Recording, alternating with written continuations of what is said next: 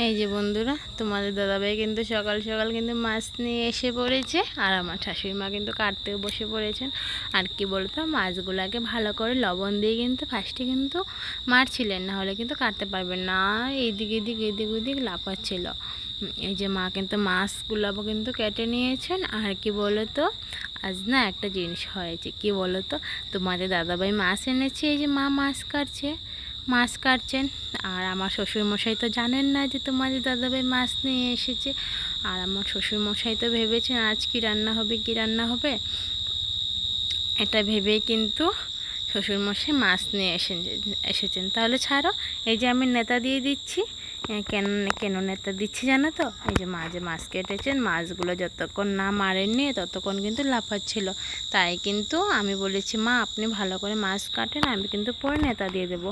আর এই যে নেতা দিয়ে দিচ্ছি ভালো করে। আর কি জানো তো বন্ধুরা, আমাদের বাসাতে কিন্তু গোবর নেই। আমি কিন্তু লাগা বাসা থেকে গিয়ে কিন্তু গোবর নিয়ে আসি। অনেক কিন্তু প্রবলেম হয় জানো তো, আমাদের একটুকু জায়গা কিন্তু মাটির নেই, কিন্তু এই জায়গাটা কিন্তু মাটির রয়ে গিয়েছে গো। ভবিষ্যতে দেখি এই জায়গাটা যদি পাকা করতে পারি তাহলে কিন্তু পাকা করে নেব। আর আসলে কি বলো তো, এই যে নেতা দিতে হয় না, এটা কিন্তু একটা কিন্তু কষ্টের কাম। এই জায়গাটা কিন্তু অনেক বড় গো। তোমরা হয়তো ভিডিওতে দেখছো অনেক ছোট, কিন্তু না গো, এই জায়গাটা কিন্তু অনেক বড়। এই দিক থেকে ওদিক, এই জায়গা ওই জায়গা ভালো করে যদি না নেতা দিয়ে দিই না, তাহলে কিন্তু দেখতে কিন্তু ভালো লাগে না গো। আর এই যে আমাদের কলতলার জল সব এদিকে চলে আসে গো। তাই বলছিলাম কি, অনেক কষ্ট হয়ে যায় গো। দুদিন পর পরে কিন্তু আমাদের কিন্তু নেতা দিতে হয়, না হলে কিন্তু দেখতে কিন্তু একদমই ভালো লাগে না গো। এই যে তোমাদেরকে যে বলেছি, আমার শ্বশুরমশাই জানেন না যে তোমাদের দাদাভাই মাছ নিয়ে এসেছে, তাই আমার শ্বশুরমশাইও মাছ নিয়ে এসেছেন। আর উনি তো ভাবছিলেন যে দুপুরে কী রান্না হবে, তাই ভেবেই কিন্তু উনি মাছ আনছিলেন গো। কিন্তু কি হয়েছে জানো তো, আমার শাশুড়ি মা অনেক কিন্তু গালি দিচ্ছিলেন যে কেন এনেছো।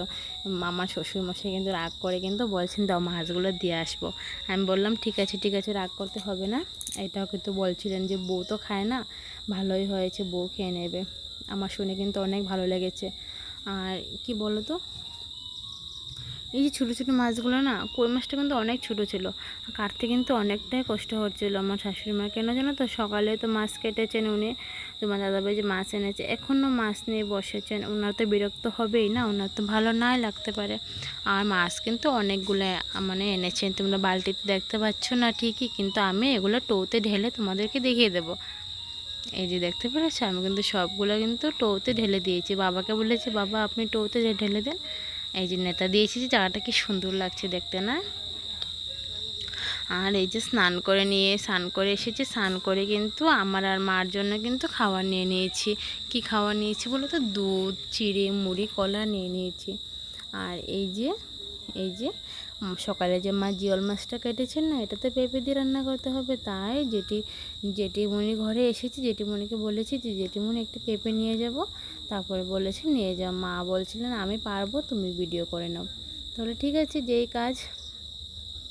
যেই কথা সেই কাজ।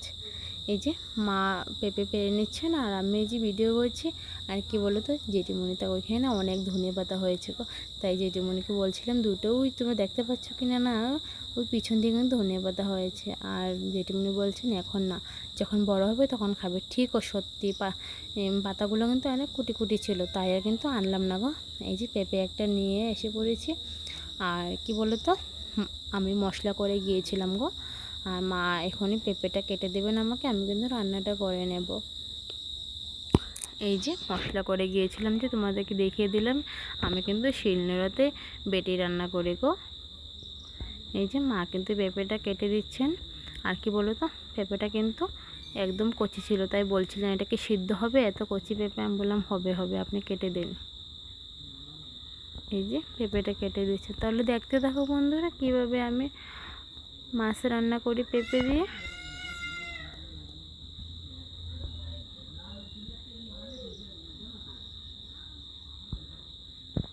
আর কি বলো তো বন্ধুরা, তোমরা কিন্তু কেউ কমেন্ট করছো না, সাবস্ক্রাইবও করছো না।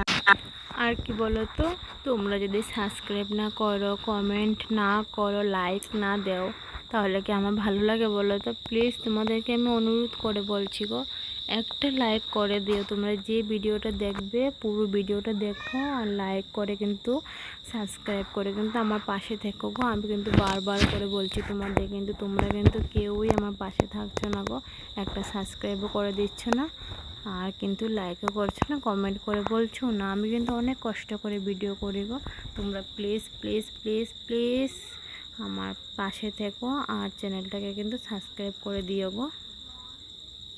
এই যে মাছগুলোকে কিন্তু নুন হলুদ দিয়ে কিন্তু মাখিয়ে দিয়েছি। আর এখন কি করব বলো তো, ভালো করে কিন্তু ভেজে নেব, ভেজে কিন্তু ঝোলটাকে বানাতে হবে।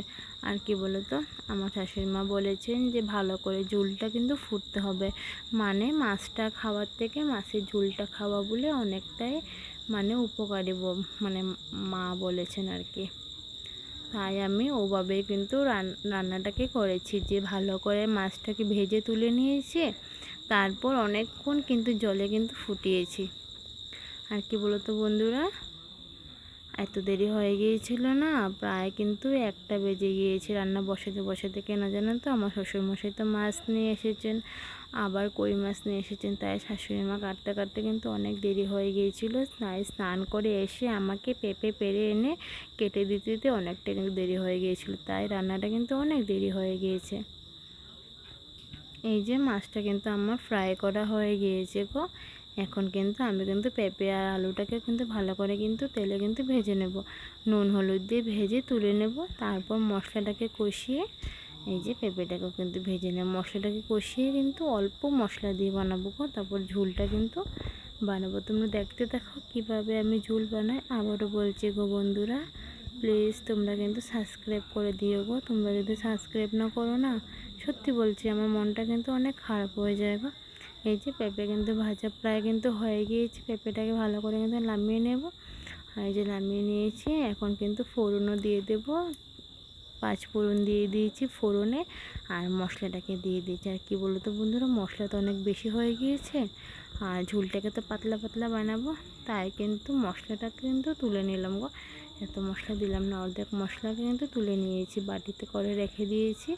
পরে নেক্সট যখন কই মাছ তরকারি বানাবো তখন কিন্তু দিয়ে দেবো। এই যে রেখে দিয়েছি, এত মশলা দেবো না, কিছুই না, জিরে বাটা দিয়েছি আর 2টা কাঁচা লঙ্কা বেটে দিয়েছি, তবু এত মশলা দেবো না গো। এত মশলা খেলে তোমাদের দাদাভাই কিন্তু খেতে পারবে, তাই কিন্তু মশলাকে কিন্তু সরিয়ে দিয়েছি, হালকা হালকা মশলা দিয়েছি। এই মাছটা ঝোল করবো গো, তোমরা দেখতে দেখো আমি কিভাবে ঝোলটা বানাই। আর একটা কথা বলে, একজন দিদি কিন্তু আমার ভিডিও দেখেন, উনি কিন্তু আমার ভিডিও দেখেন আর ভিডিওতে কিন্তু লাইকও করেন, কমেন্টও করেন। থ্যাংক ইউ গো দিদি, তুমি যে আমার ভিডিও দেখো।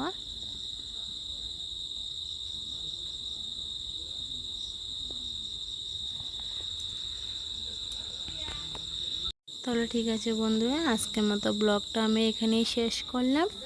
আমি কিন্তু কই মাছটা রান্না কিন্তু দেখাতে পারিনি গো, কারণ এত দেরি হয়ে গিয়েছে না, তাই আর কিন্তু কই মাছ রান্নাটা দেখাতে পারলাম না, ক্যামেরাটা কিন্তু ধরার লোক ছিল না, তাই আর আজকের মতো ব্লগটা আমি এখানেই শেষ করলাম।